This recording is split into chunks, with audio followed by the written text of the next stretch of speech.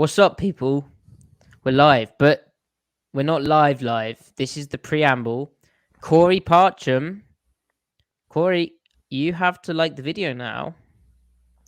And funny jokes afterwards, but you have to like the video. Unless you were joking about liking the video, in which case that was cool. I love doing podcasts when we say we're going to do them. Keeping faith with our punctual, themes. Yeah, because Sunday, tough coaching job for me. Don't look at it.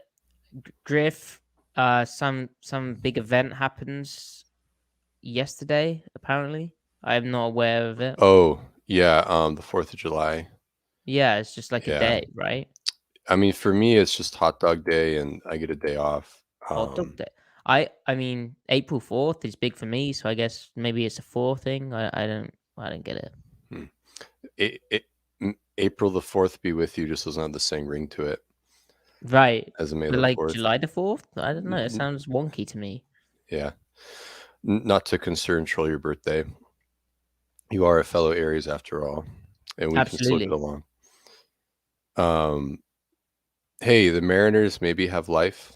Oh, I should have put on my Mariners hat. You know, I've watched the Mariners a handful of times this season, and they've won every game. But usually I've tuned in for like the 8th inning because I'm on Munoz's watch. Yeah, now Munoz is sick. Yeah, well, he had a tough game a few days back. It's I wish Ty was here, God, because I want to chit chat. About the Mariners. Well, it's funny that the what we're seeing as the support players and like the depth are the hitters that are like kind of getting them back in it. And Cobra's Cope, right? So let's say that sustains, and then the usual suspects continue to regress positively. Yeah, I think you can extrapolate this to any sport that essentially is the sign of a average to bad team. Right. Good things stay the same and bad things get better. Yes. It's a kind of Jeff Fisher vibe. Sigh. Yeah. Will they finish 500? Yeah. I'd say are there even an even amount of games in the season? I don't even know that. There are. Well, it's good to have an objective.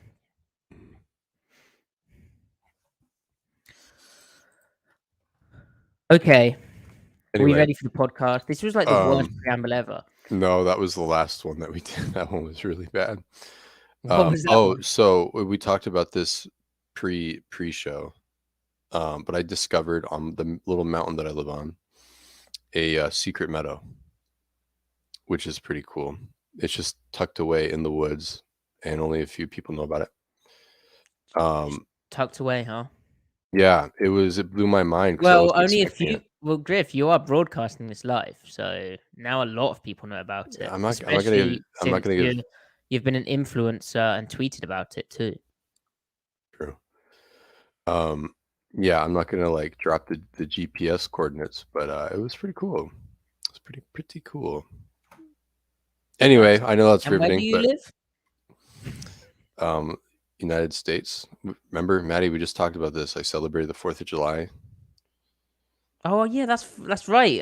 It seems to be an American thing, right? Yeah, I didn't know if it was just like, this was the first year I didn't get any tweets about it other than Bob Condota just decided to. Did you see that? He said King George should have run the ball more. Oh, actually, I did see that. Classic Bob Thanks, tweet. Bob.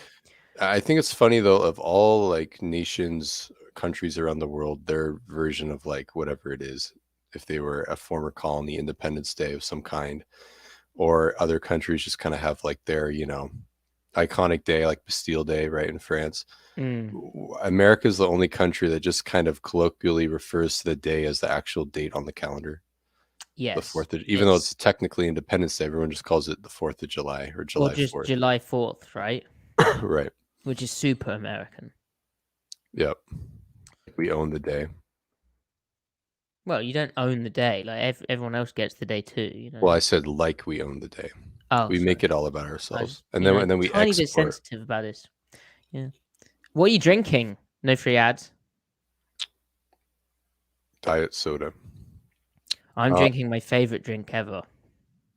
what's that? Oh, is it? Oh, sorry. Is yours the? Is it the Trader Joe's? No, it's Other brands available? Zevia. It's actually really good. It's just sweetened with stevia. And my experience with stevia is that if you use too little, you can't taste anything. Use too much, has a really funky aftertaste. If Yes. you use just the right amount, it really mimics the usual, flavor profile of like actual sugar. And I can never remember what the right ratio is. So, but then this brand, like they've nailed it. So I feel like I'm drinking actual soda and doesn't have the supposed side effects of the other crap that's out there. Yes, which the Not that I comments are very care. hot on right now. I'm really not a fan of sweetener at all.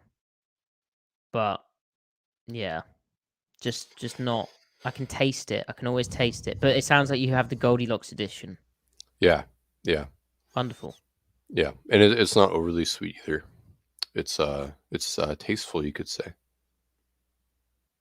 You could. I'm drinking 2:55 a.m. coffee. So that's normal. Poor soul. Yep. I wish I could drink coffee right now. Coffee I mean, sounds you good, could. but I need to wake up in what is it, 7? I need to wake up at 5 a.m. The people need you. So I wake up in 10 hours. Mm. All right. I mean, technically, I wake up in 9 hours. Yeah. Yeah. Well, you're a crazy boy. You know what else will be up in 9 hours? Also 10 hours, the recording of this live Yeah, podcast and that we're and about to get people, into. and then in about perhaps say 12 hours, there'll be a comment saying, "Why are you talking about time zones when it says Derek Hall? Guys, if you want to skip the preamble, you should go to this timestamp." Anyway, right? Let's start the show, shall we? Are we actually ready to do the proper thing? Yeah.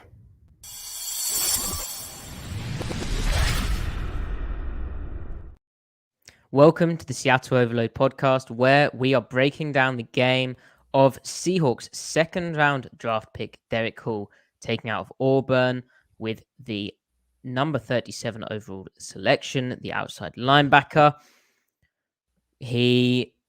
Griff, I think we should address it first. We were kind of disappointed at the time. There is live evidence. Oh, yeah. Yeah. So this is my favorite draft pick in that because we had our preconceived notion and then we went back and watched the tape and there's an eagerness to want to affirm one's priors or preconceived notions, right? And we literally 180'd on a guy. The last guy I think we did this really heavily with was Jordan Brooks, because I think it was the same issue. We were underexposed to Jordan pre-draft and we were underexposed to Derick Hall, which is our fault, especially on Derick Hall. Because I made a point to watch him. The 2020 draft, I wasn't thinking about linebacker at all. But so this year, though, like I was thinking edge, and I had him stacked kind of at the bottom, like a third round pick.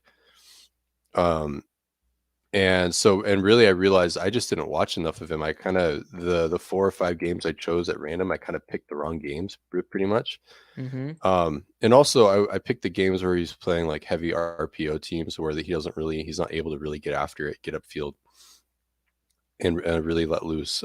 But I saw some things. My characterization was he has okay get off, he has okay bend, he has okay play strength. He doesn't have a lot of technique, so he's just kind of blah to me. Third round pick. But then that combine happens, right? And he tests like one of the best edges in the draft athletically. And then I go back and watch him, and then you slowly start to like, okay, yeah, no, that's there. But then what's really exciting about him is that I think and we'll dive into this, but I think he hits every single like benchmark except for what he does at the top of the rush, like the actual, like the finishing touches of him being a complete player, just being like basically moves. But you like he has all the groundwork that is necessary there to use moves, and like that will he contrasts with Mafe in that sense. Mafe has moves at the top of the rush. It's getting into position to use those moves that he doesn't have. Derick Hall is like 8 out of 10 on all that stuff up until the finishing touches. So, and then he's not like lacking the play strength that Taylor has. Like Taylor has a play strength problem. He's not lacking bend, kind of like Mafe does. And he's got the weight is up there. So, and he has got get off that all Uchenna and Taylor and Mafe have too when he times up the snap. So there's a lot to like here. Maddie, what did you think? What was your preconceived notion headed Yeah, in? I don't know what I was watching before the draft. Like, I think it was I watched the Senior Bowl, and it just so happened that the like 5, 7 or so Right. one-on-one reps he got, like tackles kind of overset him, and he just didn't do much. You know, he didn't show a counter.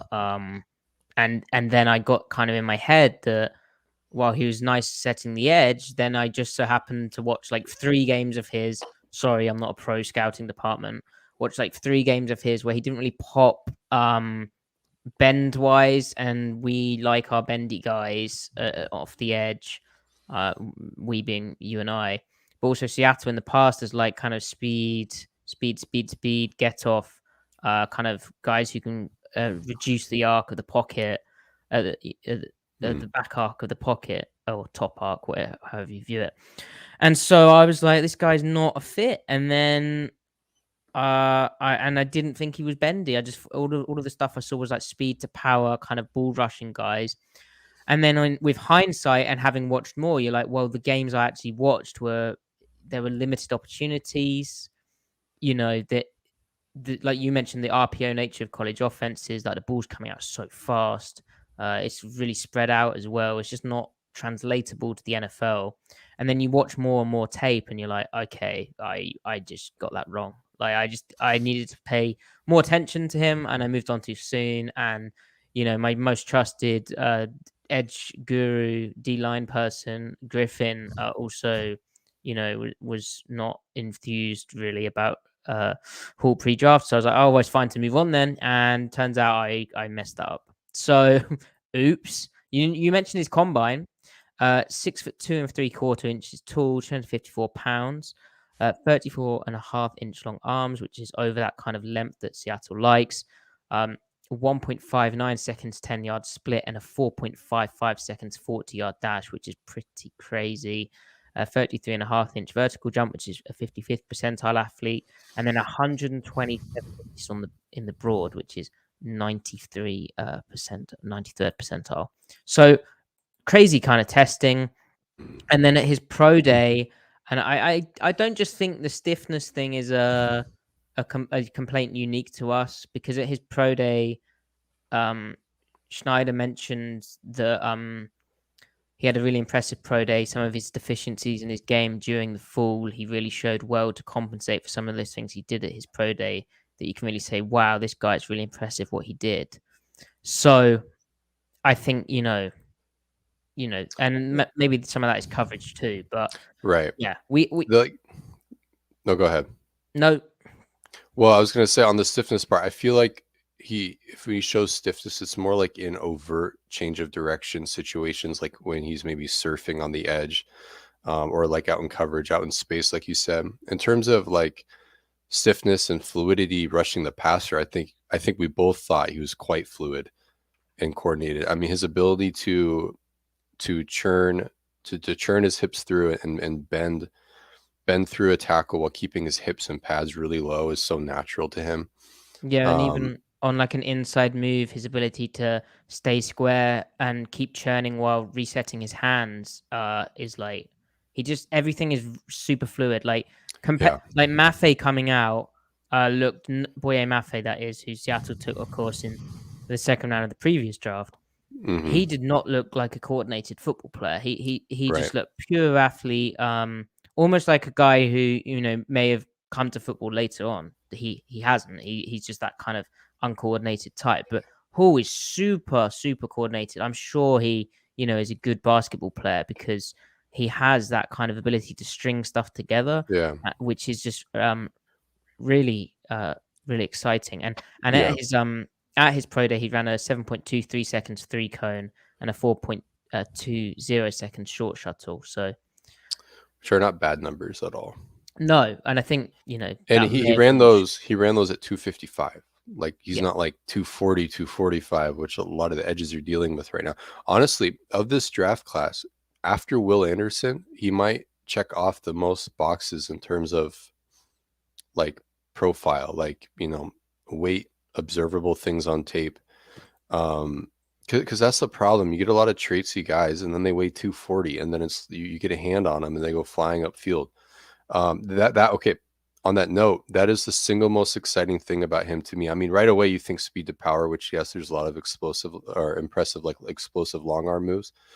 But to me, his number one trait is his bend through contact. Yes. You can get into a rip and absolutely flatten that thing and ride it through. He can get to his rip at 5 yards and flatten at 6, 7. He's not, He he doesn't reduces just corners crazy. yeah. Like I'm in a variety of ways. Like and in NFL passing downs, like that's gonna click more and more. I I've had like we never saw that out of Maffei. Like it's unfair to. It's important context, I think. Like to me, this is like a second round version of Will Anderson. Mm-hmm. And Hall has a real background in coverage as well, which shows up. We will have tape later on, but yeah, I did not think I did a Twitter thread sort of self owning myself because it's got like 20 plays of him bending through contact from Yeah. 2021, 2022. Like just a very short clip of the bend through contact moment. And yeah, he really can corner. He can corner Yeah. and get into tackles. Now, we should also mention Griff that it's a cool story. Like he was kind of like a miracle child. He was born 4 months premature, was dead at birth without a heartbeat before being resuscitated, weighed just 2 pounds 1 ounce at birth with brain bleeding, spent a week on life support, but he managed to pull through. And yeah, crazy cool story. And Schneider described him as an alpha dog. So he obviously aced all of their character kind of assessments. A really impressive person. On So that note, I think it was Penn State. He got into it with their fullback a couple of times, and you could just tell like he was not going to let the other guy think that they walked away from it having gotten the better of him, just on pure like in one-on-one blocking engagement. So I mean that's a lot of energy. I mean, no football player, it's all, there's lots of pride in it. It's a very violent game, right? But like it stands out with him and the way it kind of stood out with former Seahawks. It's right up there with like the way Jordan Brooks carries himself out on the field and Quandre Diggs and Uchenna Nwosu. Like he's definitely has that additional, like Pete and John, they kept talking about his character so much to the point where we were like, okay, but what about the play, right? yeah, But I mean, you can tell that mattered to them and that stood out to him because I mean, he is not to use like an overused term, but right, like the alpha dog thing. It's like, yeah, he kind of stands the tallest out there, and that is shaping the character of the team a little bit. It needs to be a force used for good, obviously, but I'm sure they see it translating in a productive way. So yeah, they also praised his leadership, didn't they? And mhm. clearly that then there's important context too because it all went wrong at Auburn in 2022, and where they fired their head coach in late October or maybe October 31st, I think, and named interim head coach Cadillac Williams. It just seemed like a messy situation there, and so like that has to impact things too. And I didn't really the 2022 tape. I more saw a lack of opportunity for Hall than him not putting effort in or like checking Mhm. out. But And he 2021 was a more impressive resume. Agreed. I'd suggest. No, I agree. Yeah. Yeah. So where does he fit in Seattle? Like, it seems pretty obvious to me that he can contribute on all three downs. Whether it's pass or run, he can set an edge well. Although, and we'll get to the Alabama film, but there's times where tackles can kind of move him a bit if he's trying to really get knocked back rather than with two hands, rather than playing with one arm. So something to monitor. But he set the edge amazing at the Senior Bowl. He'll destroy a tight end if he's up against the most tight ends, and then against he can do all the pass coverage drops. I think Seattle will ask of him with a bit of coaching, but he's real fluid getting out, keys it quickly, and a zone coverage drop should be easy, but it's good that he has that in his for these kinds of athletes. But it's good he already has that experience with it. And then as a pass rusher, like in the nickel stuff, he fit into the rotation right away, like competing to be, like pushing Darrell Taylor basically on every single down. Right. Because last year, as we mentioned, when they drafted Hall, you had the situation where they had to sign Darrell Johnson. Is that the right guy? And then they had to sign Bruce Irvin off the street because they didn't trust Taylor to set an edge on early downs, and they wanted him fresh to be a pass rusher. Well, now Hall comes in and just adds something brilliant. So yeah, Griff, you agree? He's an every down outside linebacker in the system. Yeah, and then an added bonus with him is that he can rush left or right side. Yes. So that's really important because oftentimes you get overpopulation on the left side. He's equally good, at least from what I saw. I don't see any dip down like you see with Taylor. He's a little bit better off the left side. Mafe, we don't even know where he fits yet. But yeah, every snap after Uchenna's snaps are up for grabs right now with those three. And it's a really interesting mix because they all have room to get better still too. Like the story is not closed on any of them. So it will make for a really competitive training camp. And I'm really excited to see if anyone emerges in preseason. Derick Hall could be the week 1 starter opposite Uchenna Nwosu. So he could be. So we'll see what happens. Yeah, if they push the competition, and they've clearly, like with Taylor, they've tried to kind of wake something up in him, I think, like especially this past season. So yeah, there's no reason that he can't be that. And obviously, we're waiting to see how different the scheme will be in 2023. But he's either going to be on the edge in bear or he's going to be on the edge in an even front. Like he can do that. So yeah.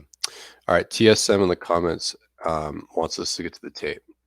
So here we go, get into the tape. Really? Yeah. I missed that. I don't see that comment. I think you misread that. They're unimpressed with our commentary on what comment? Hall being an alpha. You don't see it in there? Oh, I took that as genuine. Oh, maybe you have more faith in people's sincerity than I do. Okay, yeah, but chat, if you do have questions, please do ask them. Right, so that is Derick Hall, the kind of brief overview. Now, if you're listening to the podcast, this also goes out on my YouTube channel, Matty F. Brown, where you can check out the actual tape. So if not, you can deal with our audio descriptions, which we appreciate you doing too. So first up is Alabama 2021. Alpha is cringe. Okay. So Alabama 2021. I mean, it is, but... And level of comp, Griff, is something that you would always look for, yes. But also Alabama is, pro style is such a loose, lazy, kind of redundant term nowadays. But it is kind of more pro style than, say, an Ole Miss, right? Where 99% of the plays are just like, what is this? This is not... Ole Miss is an abomination. Lane Kiffin has committed crimes against football. It's so messed up that he used to coach with Pete Carroll, and then he decided what he's doing now is acceptable. And his dad, like, come on. Oh my God, his dad probably disowned him. Do you think maybe he just was like, okay, my dad coaches defense this way. I'm going to do the exact opposite way of offense. Like, Oh yeah, I mean, it's do everything you can to slow defenders' keys, and just break the Tampa 2 and then and linebacker then and then keys. and then and then manipulate the box count and personnel, right? Like that's Yeah, all it is. Like yeah, that's just why Lane recruits the way he does, because he just thinks he can plug and play, which he's proven he can. yeah. So as we roll through the tape, Hall wears number 29 for Auburn. Here he is. And Griff, if you see something that you like the look of, you just tell me because we've got to cycle through this. Yeah. And again, when we're watching college edges, I think it's always nice when you get like that third and 5+, third and 4+, where you're like, this is a pass down. We can see him get after it. Yeah, like he's tied off the backside hip of the tackle. He does He make gets some going impressive immediately. plays into the backfield. And Yeah. I hope we get it. I think we get it in this game. But his get off, like when he times it up, and he was able to do that, is pretty fast. Like scary. Yeah. Is it a coverage drop? Is he sailing here? Sailing. No, No. he's He's ratting. Oh yeah, and they used him a lot as a spinner too. And I mean it wasn't that impressive to me, but No, it's just but cool to see that in his arsenal, right? The yeah, fact that yeah, he was deployed in that kind of off ball spinner alignment that you're talking about in the odd front, where like he's experienced with that sort of thing. right, Like right. rushing inside, some cool stuff. So is he See, top of the screen? TSM was being genuine, Griff. Okay, my Yeah, apologies, thank you, TSM. TSM. Yeah, I'm jaded, okay? The internet's been mean to me Griff is way before. too online. Is commonly known. So this is kind of an interesting rush, right? Like, the ability to absorb this contact and the play strength and the pad level of how he gets. Like, this is real dip into this, and then ability to survive the contact. He stays alive in the play. And yeah, like those traits translate to his other rushes where he's got a better shot at it. Absolutely, yeah. Let me just get my notes up to speed this process.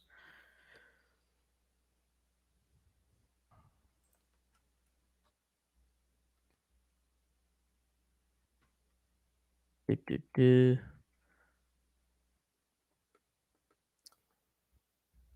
So again, he's also got experience. This he peels with the running back in on this next play, which it seems basic, but it's another coverage assignment, and Seattle would do that on some pressure paths. I mean, yeah, so that's if we remember the Giants game, they isolated the outside linebacker in coverage, and they actually got Nwosu and Mafe a couple of times. Daniel Jones just couldn't connect on it.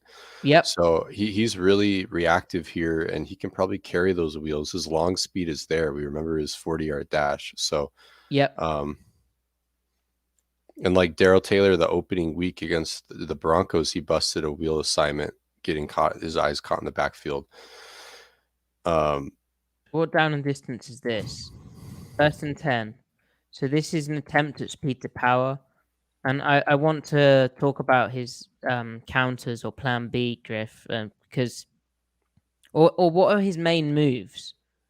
So yeah, so right there, I remember he doesn't have any at the top. So he's attempting to corner, like make a hard corner here, and he has got good hand placement. Everything is lined up for him Yep. until the actual move is done. And I just think it's more of like, again, it's not a coordination issue. It's like he just hasn't practiced it, just Mm-hmm. hasn't drilled it. But like the hips, the hand placement with the inside arm, the hips are getting around. It's still getting depth up the pocket. Right there is where like Justin Houston clubs that down and corners, and he's running a flat line toward number 9, Yeah, the toward chop the is quarterback. more effective, right? Right. Or the club or whatever you Or want to yeah, I call mean it. either it's bat the hands down or swat the shoulder and just clear it and get and rip through. That's something where Brandon Jordan will work with him. I'm sure they'll get him up to speed. Rasheem Green had absolutely nothing in terms of hand moves in college. He was just all like athleticism, right? And then if we remember his opening preseason, he was busting out all these moves he had never even tried, like Clint Hurt, like Yeah. got him going immediately. And Rasheem Green's thing was he was coordinated, he was fluid, he just wasn't drilled very much. And then as it turned out, he just didn't have quite enough juice to be better than he was. The difference is Derick Hall has juice. But I think that he'll start showing things early on that he simply wasn't doing well in college at all because Does he everything throw in else this is little there. stutter to try and get the early hands? Maybe, maybe, and I like that he does that like fluidly. Like it's not even like predetermined. It's just reactive. Mm-hmm. Like Maffei, he'll do it, and it seems like he's doing it for the sake of it, and less because he thinks it's what's needed in the Yeah, this is given all moment. connected. Yeah. So Yeah. And that's what I noticed. Like technically, he's pretty like the hand placement is good here. The pad level's good. It's just not, the finish isn't quite there yet.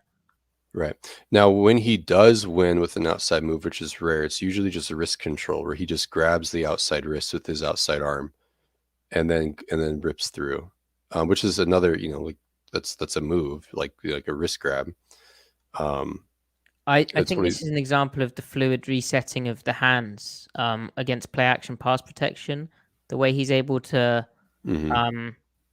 kind of work through this block and push it back slightly while left to right to right. Yeah. He keeps his hips low so that he can always engage, put his force through the ground. Yep. Like he never gets lifted, um, No. which is important because there are a lot of guys watching who like they just get lifted all the time. It doesn't matter how explosive you are if there's no knee bend to explode through.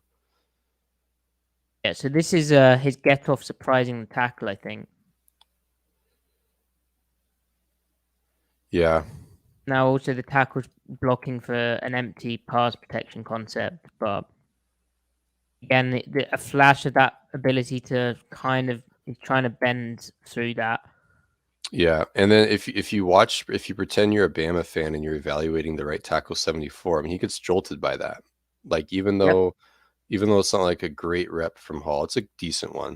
Like Yeah, like 74 is affected by just the the moment speed he of it. makes okay, he's turned, but the moment he makes the contact, watch how this tackle gets knocked backwards and has to then try get his feet back in the ground. Like that's a Yeah. shrinking. He even So ends up hitting his quarterback here. so that's that play strength. That's the 255 explosive with a good 10-yard split, a good broad jump. That's that showing up right there. Yep. Now here I've put a late inside move with not much speed lost. Up here.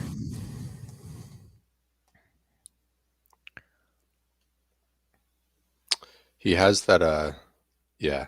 So he matches hands, right? Yep. And so then he Reactive realizes again. Yeah. And then as soon as he realizes Young sets up relatively quickly, like it's a gun 3 drop, but he's more like a punch step and like a shuffle step. He immediately He, transitions to the inside, right, to try to disrupt the he throwing knows lane. where the opportunity is. Yep. Yeah, as opposed Again, to reactive. continuing to rush the arc. Yeah. Yep. Yep. So he's a mover, as the saying goes. He's a mover. The other thing we should mention, he's in a 2-point stance here, so he false steps a lot. That's another reason why I was fooled pre-draft, is that he has get off. He just saps it a lot because he's wasting a step. He's not rolling off his front foot and firing with his back foot. He's re-stepping with his front So, foot, and that to be clear, you view this as a false step here? not. I mean, I don't know. I thought this was more a way to, um, get his hat. He's thinking pass rush, but he's thinking speed to power path. So it's a way to get his hips in a good position to knock I back the. Here I agree with you. It just reminded me of it because he does have a lot of false Understood. steps Yeah. where he's coming off the ball late. Yeah, you're right. You're right. And in college, that seems to happen. And I guess it's, it could be a variety of reasons for it. Like, you don't know what the emphasis is. You don't know if it's coached to sync up timing for certain stuff. Yeah. Um, or maybe they just don't emphasize it. In the NFL, that won't happen. And when he's trying to get two hands on him, what Seattle does, rather than having them take that little step inside, they just tilt them. They just tilt their angle when they're edge True. setters. And it makes it's no surprise that when he's in a 3-point stance, his hand is in the dirt. He has no false step issue. But this is the get off. I don't know what this tackle's doing. I actually think the back is the one he messes up almost. But yeah, this is a shocking kind of get off. Maybe I just think the tackle never saw him. But I don't know. Maybe he's late. He's still late off the ball here, though. He's looking at 9 too. He still hasn't gone. So maybe the cadence surprised the tackle. But they're all late, but that's a freaky first and second step. Yeah. The first step, second step. And I mean, he gets more going. Of a tilt here. Mm-hmm. Yeah.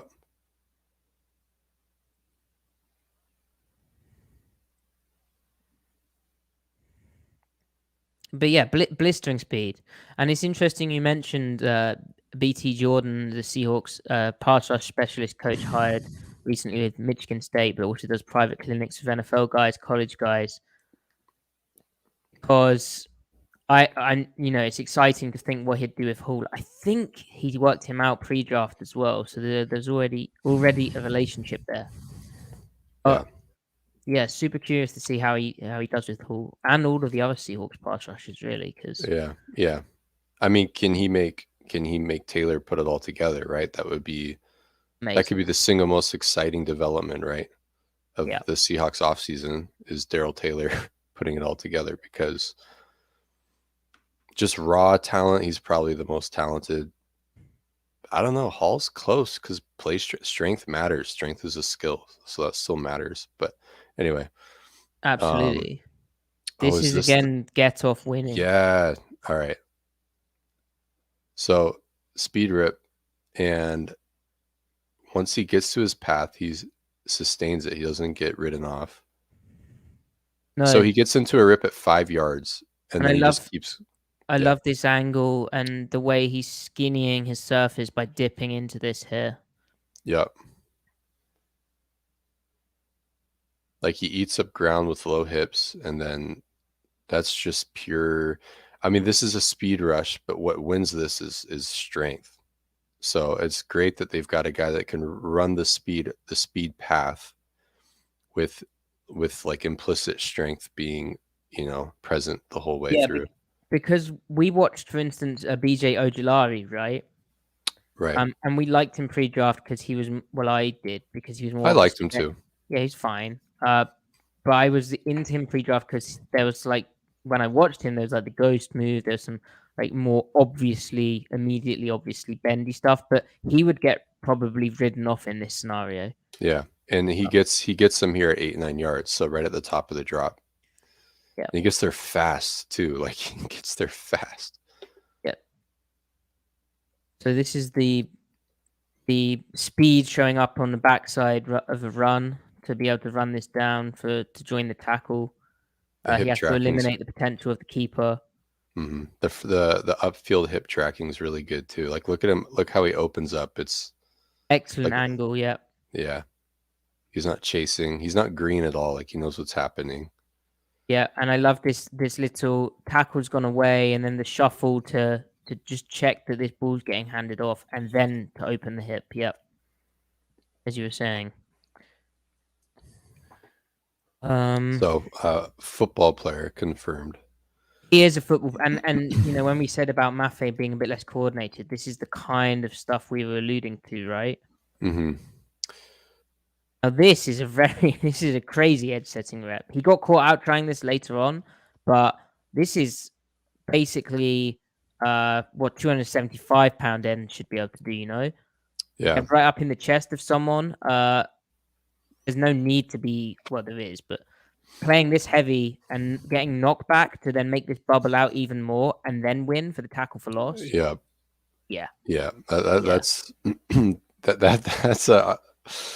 That's just a big, strong man play, And pad level, right?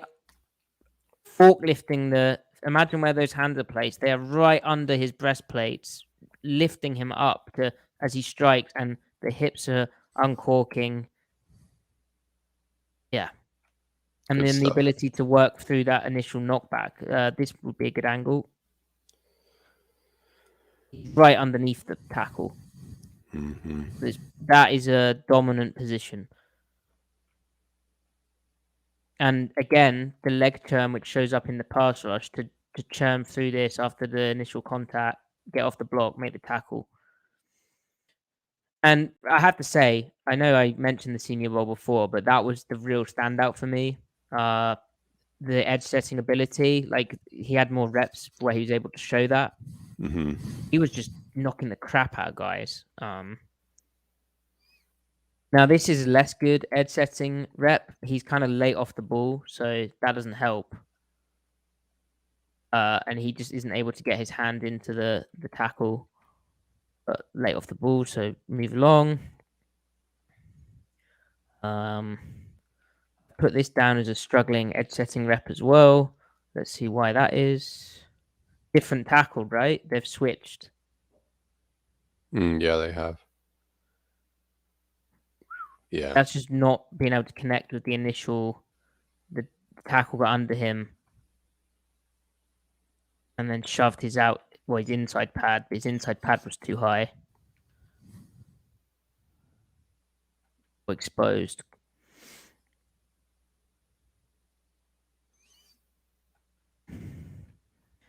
So there's little things to tweak. Sure. Which is completely normal. But the traits are there. Yeah. And so is the kind of intangibles as well as just the athletic stuff. Like it's clear he kind of understands this sort of thing. Now, Schneider mentioned his inside moves. I think he can do stuff on like exit games, text games, that sort of thing. And he does get tripped up on the center here, but this is a really good rush. Yeah, excellent. I love, again, the little stutter to try to get the early hands. And he's not just paused after the stutter. He's able to keep them moving and get them off. So that swipe into the crossing the face into the rip, like that's just impressive at 255. That's a high power to weight ratio right there. Strength to weight ratio. Like he was going to take the guard with him all the way to the quarterback if he hadn't tripped on the center. Right. And look how low his knees are to the ground as he's running through before he trips. Like his hip level is so low. Yeah. It's like a running back, how a running back's able to stay low. Just naturally their running gait. Yeah.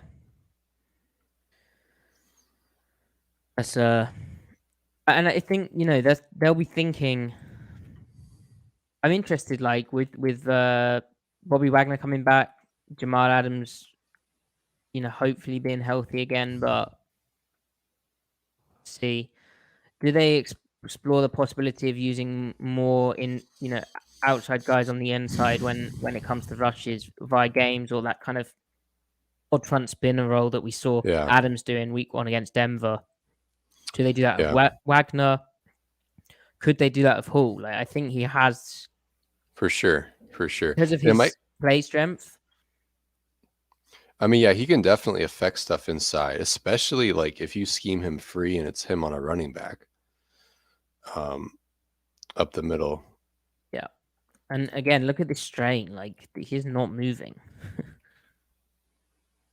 Yeah. And I love this brace foot to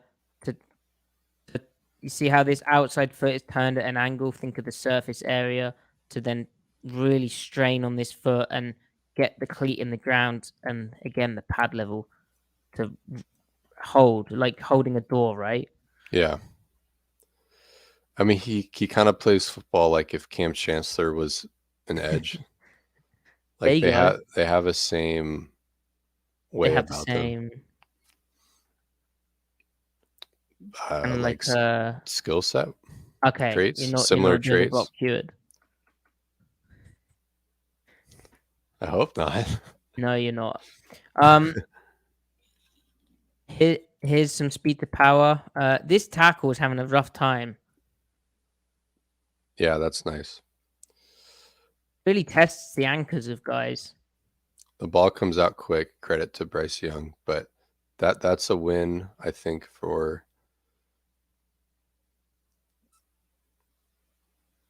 Yeah, that's a win, right? Yeah, I mean he's got the tackle hopping, one more hop, and then it's on the quarterback. If Bryce holds it, or Yeah, if he doesn't, if he progresses one more time, he's gonna get hit, either hit as thrown by his own tackle, or he might need to take off. yeah. And this is a big game for the Bryce Young contingent. It's kind of microcosm of the good and the bad of him, I'd say, or the good and the limitations. But anyway, um, Very, very diplomatic of you. Listen, we're scarred. We're scarred we watching are scarred. We can't be sub 6. objective really about the shorter quarterbacks. So what did you like about this play here? Well, it's just the fluidity. Like he Yeah. gains speed into it again, sort of showing the how it's all in sync. Like a lot of guys would get in this position, and the arm over would be like a late resort where because they've done that, they've expended the energy, their hips and their legs aren't in the position to then move on. They just get stalled on like probably here. But the way Hmm. he is sort of reacting to the set and then is able to, his foot is a great angle to then get the arm over and gain speed into it. Like that's a semi kind of pressure. Bryce Young behaving slightly unusual in the pocket, but the way that Hall rushes is what actually makes Young bail on it. And okay, you could say, well, he should have the edge contain. We don't know what their rush plan was. It looks to me as though they might actually have designed this to happen, and then this guy's the back hook contain player around the back of the arc. Hmm. Um, but it forces the ball into a check down, and is his knee down here? Nearly, but yeah, just again the fluidity, the way it's all in sync. Yep. And just the reacting. Like he's active. He's trying to make something happen. Hmm. And I've seen his motor praised, and I think it's just that kind of second effort in rushes. Even though maybe he could do with a more refined, definite counter rather than kind of reaction stuff. Uh yeah, I think the second effort, he's always going to be able to bring something, even if even if he's raw with it or yeah. Right. Okay, so here again beating the tackle out of the stance, but I think he lost his balance at the back of the pocket. Yeah. Yeah. Still a good example of the first step. Yeah, and this definite step to try and dip into the contact he's anticipating. That outside step here to then dip through. Is a good angle of it. And the handwork to but one thing I've noticed is he does kind of miss more. Like if he could connect more with these sorts of things, or be Hmm. more time it slightly better. I guess it's an issue of timing. Really get rid of the hand, a bit like we saw much earlier. Then I think that completely unlocks him, right? Right.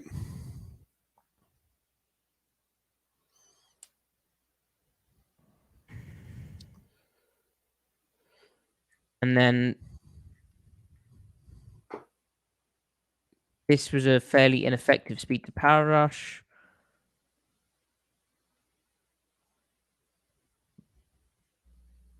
What I like is the very next rush he brings. Oh yeah, this is the God rep, I think. Yeah, that's just nuts. The camera So angle is perfectly situated as well because you've got this nice sort of I mean that's elite bend through contact right there, because he doesn't even have a lot of depth on the tackle no, upfield when he starts to no. rip. He literally bullies his way into the rip, and then right there 5 yards, and then it's like 6, 7, boom. If he holds the ball like those are elite traits. Like, and look how low his inside knee is, like his hips are, like right there, boom. And then like there's so much power he's putting through the ground right there, and the tackle's almost stiff as a board. He stands the tackle up. And this is so like the tackle has nothing to get on because it's so Yeah. skinny and low. Like he's like trying to block him, but he's just slipping through it and able to Yeah. have the strength to be able to strain through that and keep accelerating through. Like Yeah. Like that I right there, I would draft him in the first round based off that right there. That was that was the play that prompted my tweet where I said something about existential dread, and um what did I say? Not that anyone cares. it I was a said great tweet. I was copying the Jordan Brooks tweet about his 2018 tape. I said the same thing. I said I went into Derick Hall's 2021 tape mining for plays just to curb existential dread, and instead came away completely radicalized. He's going to be really good. I mean, he's going to be, as he is right now, he'll be a productive depth pass rusher. And then if he puts on moves, if he applies handwork, he's going to be I mean, he could be a top 15 edge rusher in the NFL, and that's really high praise considering how many of them there are. Yes, what's cool about it is for a lot of guys, this would be a ghost move, right? Where they'd get more speed rush up the arc and then try dip under the table. Mm-hmm. But for him, because he has the ability to bend through the contact, it's almost like He can he'll do it access the corner whenever he wants, basically, yeah, because because he'll this is bully his way there. basically, I mean, it's not quick game, but it's intermediate concept. Mm-hmm. It's designed to be read. Let's look at the passing concept. Yeah, it's like it is basically it's like a 5-step drop, but like it's very much designed to go to this back or the flood, right? Mm-hmm. Very cool. It's a fake college pass concept, ultimately. They're everywhere. Oh, have I missed it? Oh no, here we go. So this is what we're saying about an off-ball spinner. So this is what we mean. See, it's like an odd front. He's off the line of scrimmage. Mm-hmm. Poor I don't know what Alabama is doing in that running back's just not paying attention basically. Yeah. Or wasn't ready for the snap, and clearly Bryce Young wasn't either. That probably didn't help. But quick and able to make a tackle when he's unblocked, so nice. What I would say, did you notice his tackling as an issue? Yeah. And I think it's just all technique. Like he's just flying Mhm. around too much, like Yeah, out he's in almost just space. running into guys, not breaking down. So there's a few tackle for losses, a few sacks, a few open field stuff where he just whiffs on a tackle, and it's like, ah, Yeah. that's Yeah. that's not Definitely ideal. noticed that. And I have it down like 15 times, so it's It's probably not an effort or strength thing. It's no. just like he's just kind of screwing around. That is a really that's a great rep. That shows that he can transition to the outside. It's basically a snatch rip, but he's got control of the block all the way through. And then again, what's so impressive when he transitions to the outside, he's able to drop his hips again and regain himself. Like that's the fluidity. So I mean, that's a explosive, powerful guy from the point of get off to the point of contact, and then he's still able to string together a transition. Like that shows how fluid he is on top of the other things. I love seeing the hips pull the hips through as with the strain. That real extension up, the raising of the head to really, butt into the guy, and Mm. then yeah. Yeah, that's good stuff. Against, I mean, how big is that tackle? Probably 320. It's 255 versus 320. I mean, granted, he has the advantage that he gets to go forward. The tackle has to move backward, but that's 255 versus 320. He's just basically manhandling him. And a great hand placement here as well. Yeah, I mean, he's able to get full extension with his hands so that he can separate to snatch off, right? Yeah. And like while his hips are also rotating through, it's exciting stuff. I mean, that's a player. That's a player.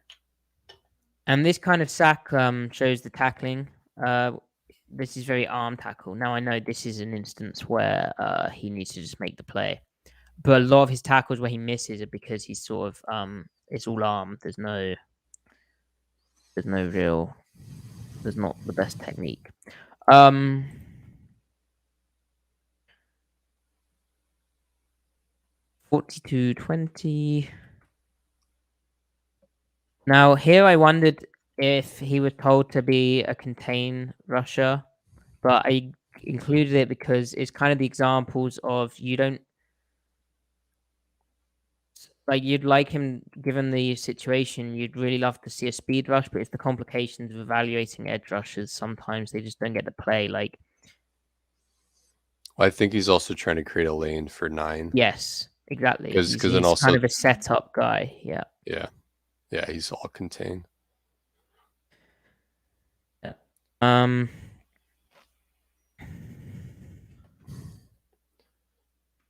Here, this is an inside spin, which didn't really work. Mm-hmm. Which again, the tackle really gets out to him, and I would be interested to see how he deals with these kinds of jump sets. Again, not many reps on tape of him getting that kind of thing, but in the NFL, I think that'd be the first thing guys will try and do on him. Yeah. Because it takes away that ability to really skinny up the corner, right? And it's like, well, okay, well, give me your inside move. Or show me some better handwork, or like more effective. Right.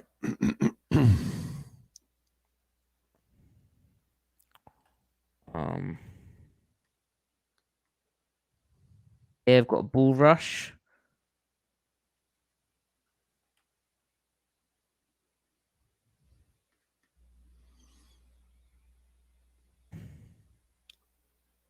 Just needed some interior help, really. Mm-hmm. I mean, yeah, 79 is not handling that well.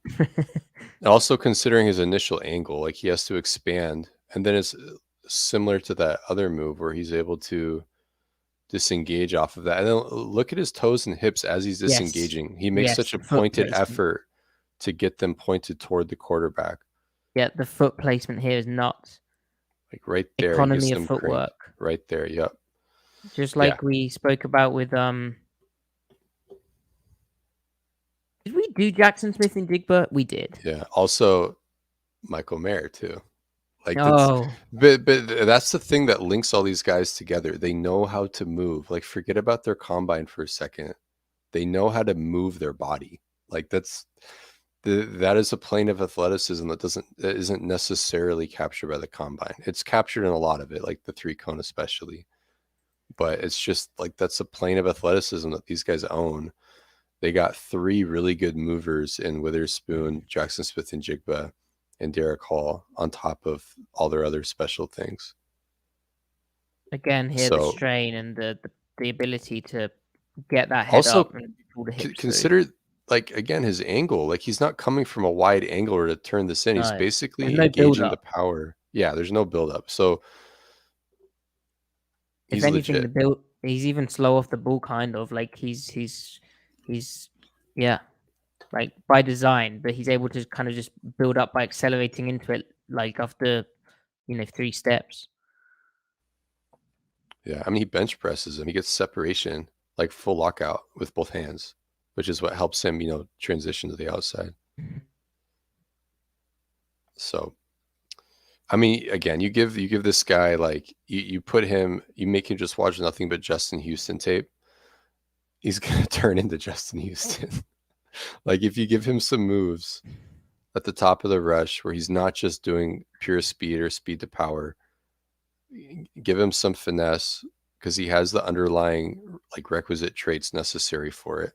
Because not everybody does. It's like, well, just simply learn moves, but guys can learn moves, but there's so much groundwork that gets you to the actual point of being able to use them that for a lot of guys it's moot if they develop it.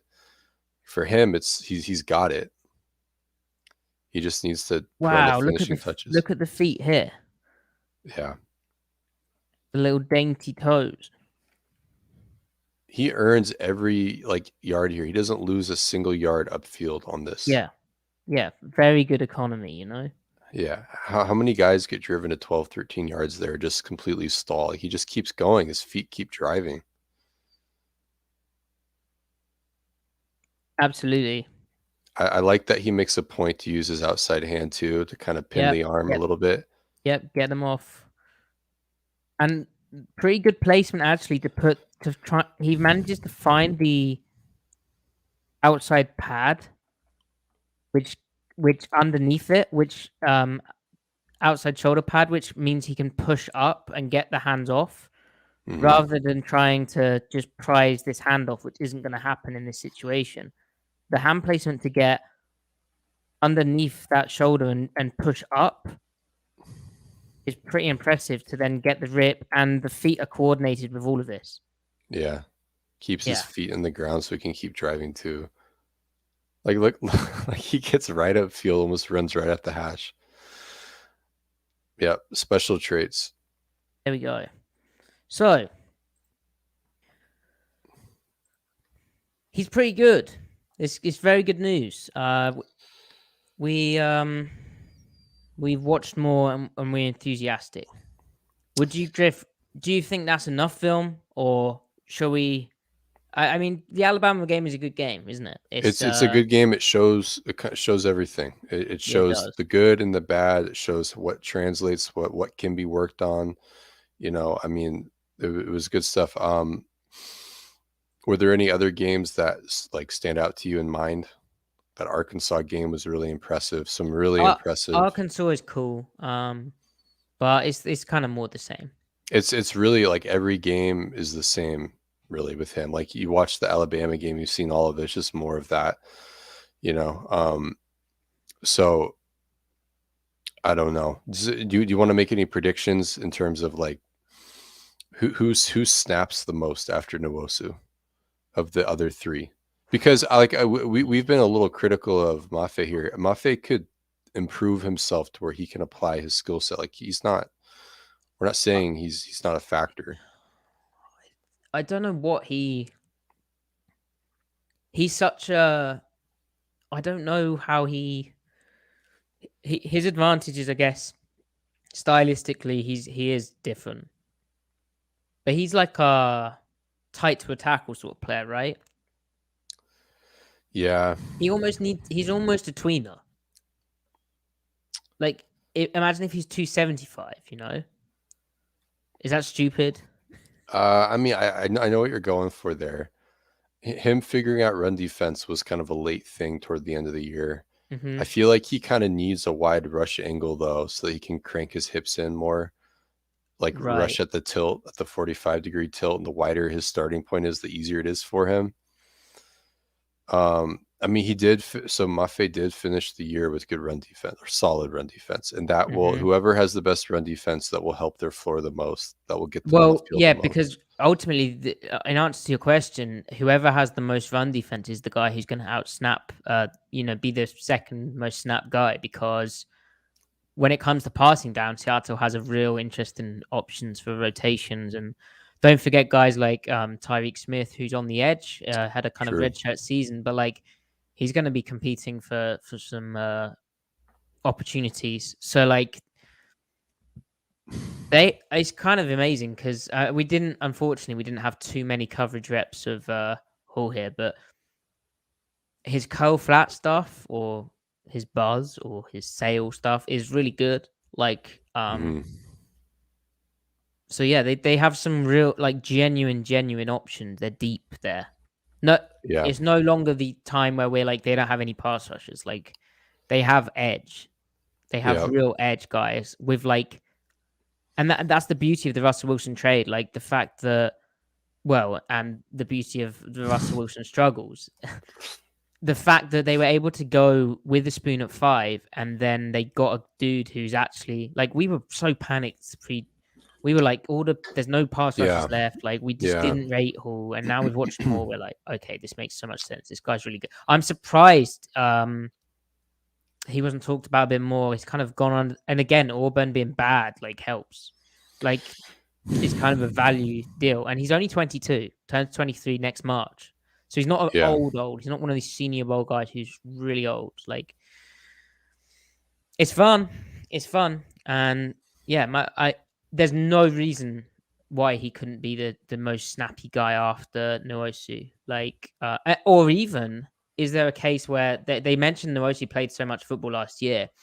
You know, there is a world where Nwosu actually, because of how good these other guys are, plays less and less, and maybe even gets out snapped. Unlikely because he's pretty splashy against the run, but Yeah, if they need to save his pass rush, but yeah, this I'm massively excited about this. yeah, yeah. I messed up with the Me film as too. we've mentioned, but now we've watched more. The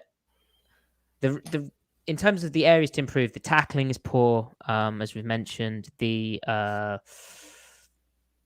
There's run defense things which can be tweaked. There's that slight false step you talked about, and then I guess Griff just what like his moves are the dip to bend through the contact, right?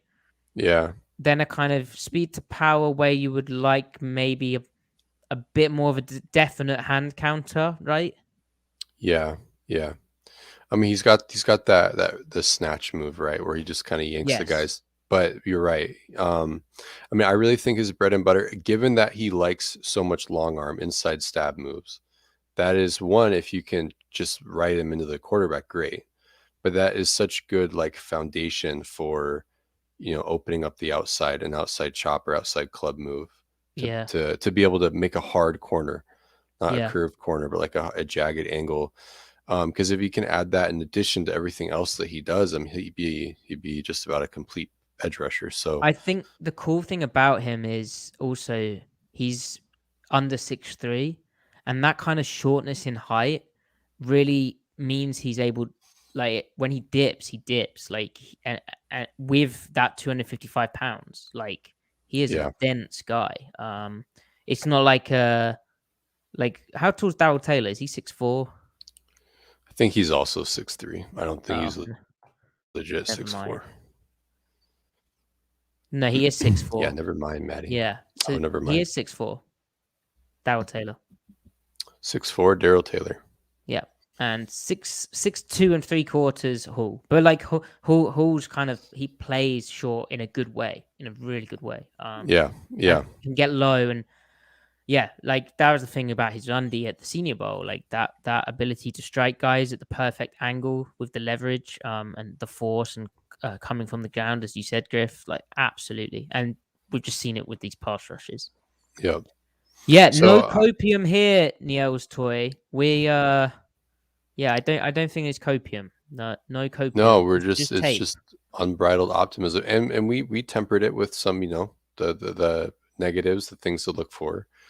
Um, so which comes with most second rounders, right? Because we would have had the same similar conversations about drawbacks with McDonald and Ojolari, No, and but you McDonald know, is like I mean, I mean, happy for him, but he can't. How can he play early downs?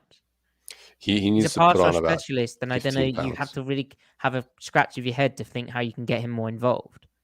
Yeah, yeah. And I'm sorry, I'm I'm happy. No, go ahead. And Ojolari is not ceiling wise. I don't think can be what Hall can be, and just again is kind of a one trick pony. Agreed. I and and then you wonder, well, okay, great, he's a one trick pony. Maybe he could develop a counter, but like, what's his counter? Because does he have the traits to have a counter, or yeah, I mean, everything's a It'd be projection all with these like guys, but I just think Hall has the highest ceiling, but also he, um he also the, has the highest floor, I the think, highest because floor. because So he has the least. He doesn't have a red flag. He doesn't have an age red flag. He doesn't have a testing red flag. He doesn't have a he's got all these traits, but he's 240 pounds. Like every edge that comes out now is like he checks off so many check boxes, checks off boxes, checks off the most boxes, and then it's just like, can he put together some moves and he'll be complete. So yeah, I could see him toward the end of the year, like the last third of the season, during that frame anyway, ranking equal with Nwosu in terms of snaps. there we go. um it'd be cool if all three of the other guys, the non-Nwosu guys, if all three of them put it together, right? That'd be amazing. Yeah. I think that's obviously what they want. They didn't make this pick with saying we don't have faith in Taylor Mafe. I don't think that's what happened at all. I just think they want depth for the sake of it. Then also they don't know if Taylor will be here long term. They don't know if Nwosu will be here long term. So you gotta. I like that they're getting ahead of the need to replenish. That tends to pay off for them. So when they do that, obviously they did that at linebacker by drafting Brooks. They didn't do it at safety after Earl Thomas and Cam Chancellor. So they're trying to keep, well, they did, but it just didn't work, but they're trying to keep it going with their edges. So that's good. Should also say Hall only missed 2 games in 2019 with a knee injury, but apart from that, injury record's been fine. So touch wood, that continues for him. But also, yeah, we're talking about no real like issues there either. And he doesn't have college production concerns. So no, and that's stupid. I should have mentioned that at the start. So this is a guy who in the SEC had 19.5 sacks and 29.5 tackles for loss.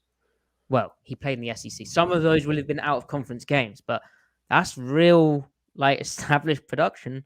So yeah, the lesson is, guys, watch more than 3 games on someone. Preferably work for an NFL team so that you get paid to do that.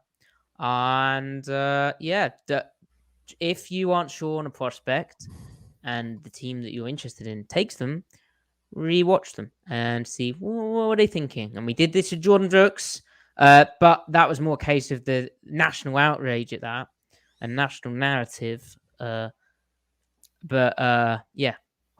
was a case of us just a bit sloppy. It won't happen again, or it might, but then this kind of podcast can happen, so it's all good. Yeah. Right, Griff, anything you want to plug? Anything you want to say? Follow Griff at C Mike Spin Move. Follow me at Seattle. Follow me at Seattle Overload. Follow the podcast at Seattle Overload. Follow me at Matty F Brown. Follow our producer Ty at Dane Gunzelers. No vowels. That's what you're plugging. Maddie, are you excited to go watch the MCU Disney Plus original Secret Invasion episode 3 after this? Yeah, I can't wait, man. That's like it's actually pretty good. Uh-huh. You like spy thriller shit. You'd like this show. Well